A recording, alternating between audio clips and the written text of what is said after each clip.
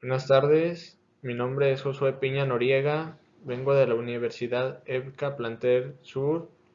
La licenciatura que estoy estudiando es en Contaduría, primero H. Introducción. El presente ensayo nos habla sobre la introducción al estudio del derecho en todos sus aspectos y cómo se explica. Además muestra una breve explicación que se basa en los principales conceptos como qué son los atributos, el Estado, la población, el territorio y gobierno, lo que es la ley, los actos jurídicos, lo que es un convenio y un contrato, y su relación con otras ciencias, entre otros. Concepto de persona. La persona jurídicamente hablando es el sujeto de derechos y obligaciones, es decir, todo ser capaz de tener derechos y contraer obligaciones o con poder de raciocinio, que posee conciencia sobre sí mismo y que cuenta con una identidad. Bueno, esto nos quiere dar a entender que es todo aquel sujeto con derechos y obligaciones y con un poder de raciocinio para tener conciencia sobre sí mismo y contar con una identidad. Concepto de dignidad humana desde el punto de vista del derecho natural y derecho positivo. Bueno, por lo tanto, la dignidad humana refleja la forma en que se comporta una persona llevando sus derechos a la práctica en su vida diaria. El derecho natural está formado por los principios y atributos que todo ser humano posee por el solo hecho de ser una persona. El derecho positivo se le considera a la persona que nace viva, que se desprende del seno materno siendo viable y se registra 24 horas después de nacer.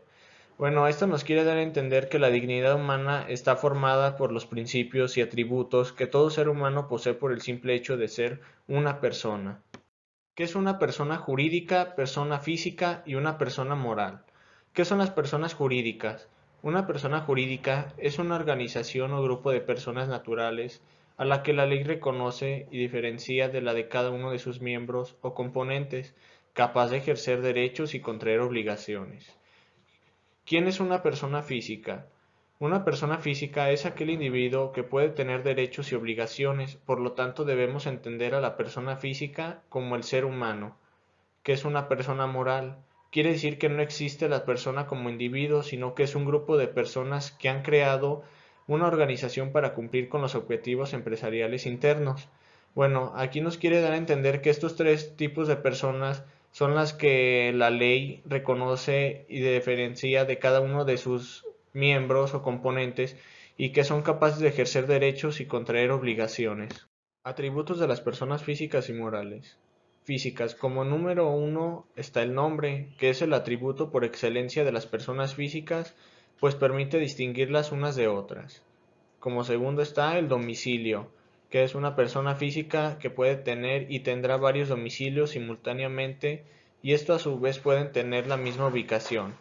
Como tercero está el estado civil, que este va más allá del matrimonio, ya que este se define como la relación jurídica entre unas personas con su familia y los miembros que la componen.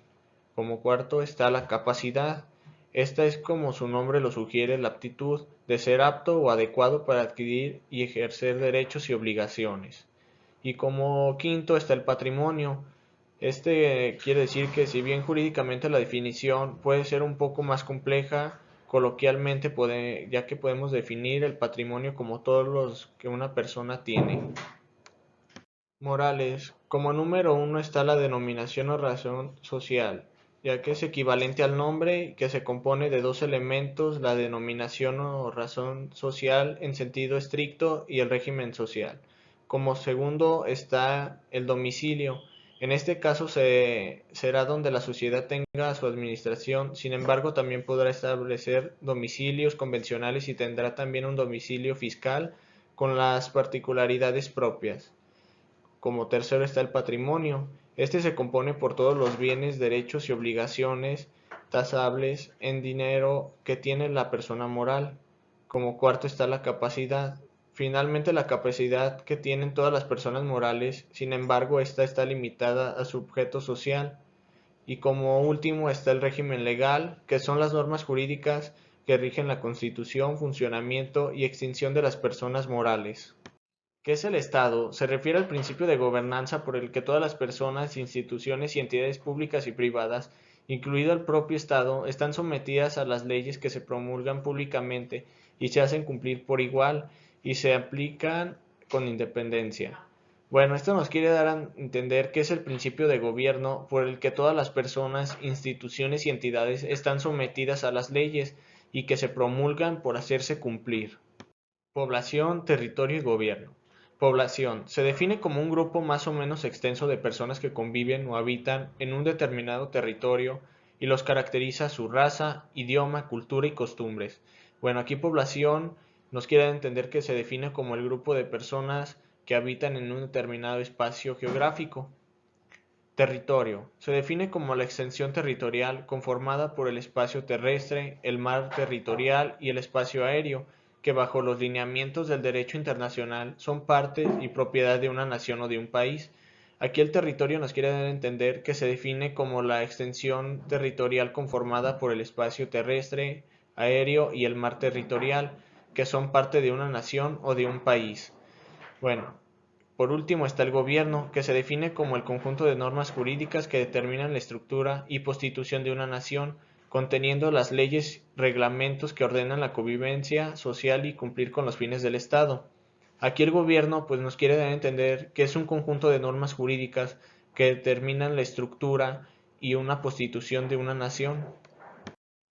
Definición de la forma de gobierno del Estado mexicano: la República, democracia representativa, federal y laica. Bueno, el Estado mexicano. El Estado mexicano está compuesto por su territorio, población y gobierno con sus leyes, y la población está formada por todos los habitantes que ocupan el territorio mexicano. República. Una república es una forma de gobierno en la que el jefe del Estado es el presidente de la República, elegido por sufragio universal entre todos los ciudadanos con derecho o voto.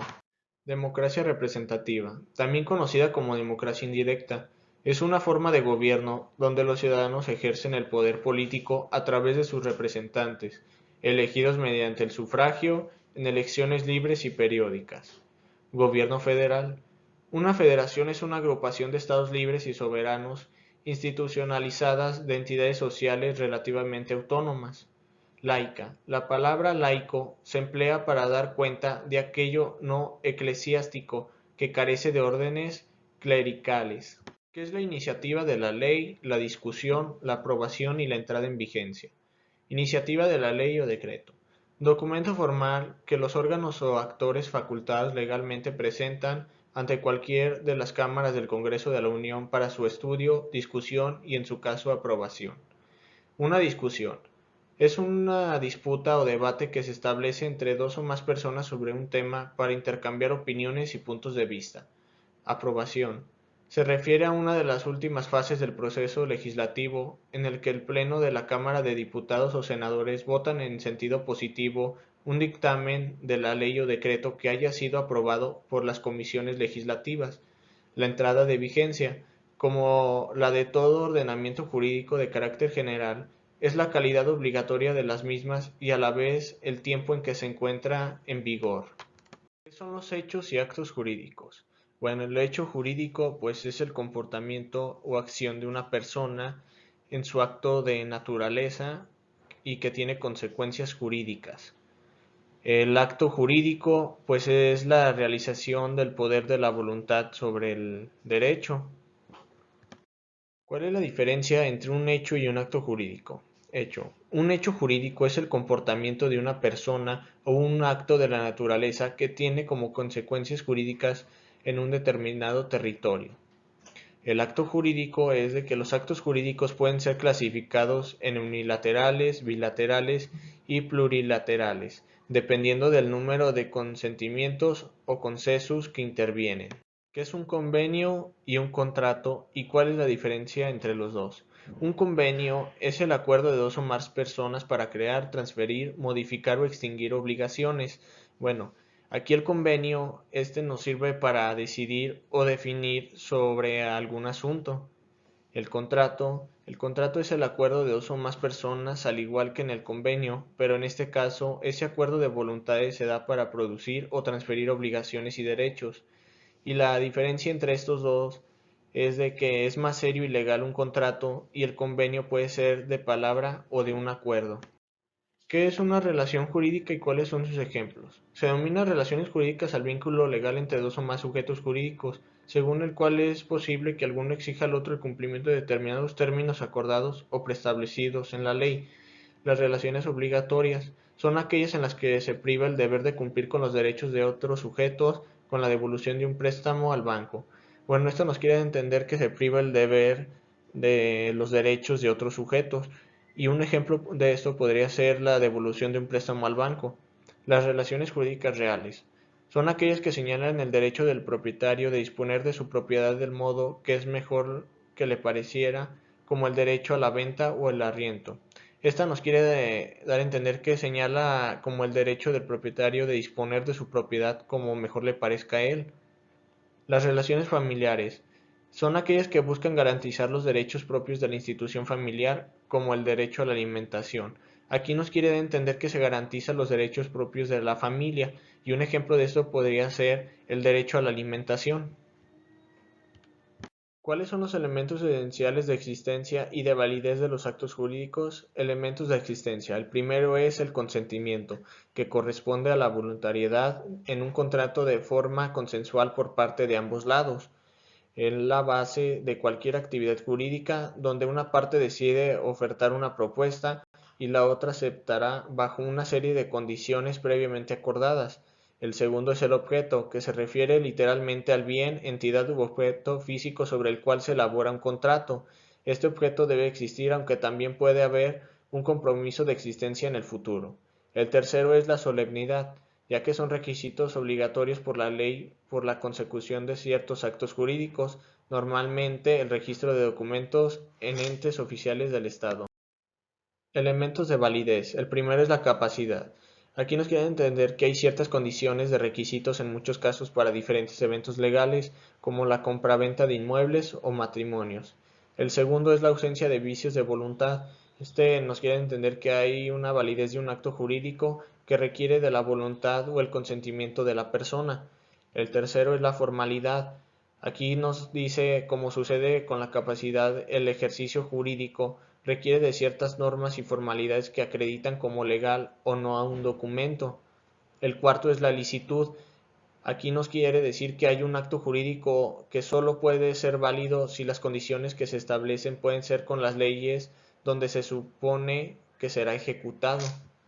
Clasificación del acto jurídico. El acto jurídico se clasifica en dos: el unilateral y el bilateral o multilateral. El acto jurídico unilateral es aquel en el que solo interviene una voluntad para su creación. El acto jurídico bilateral o multilateral es aquel en el que intervienen dos o más voluntades que buscan crear efectos jurídicos. Bueno, esto sería todo de mi parte. Muchas gracias por su atención. Espero haya sido de su agrado este tema y muchas gracias.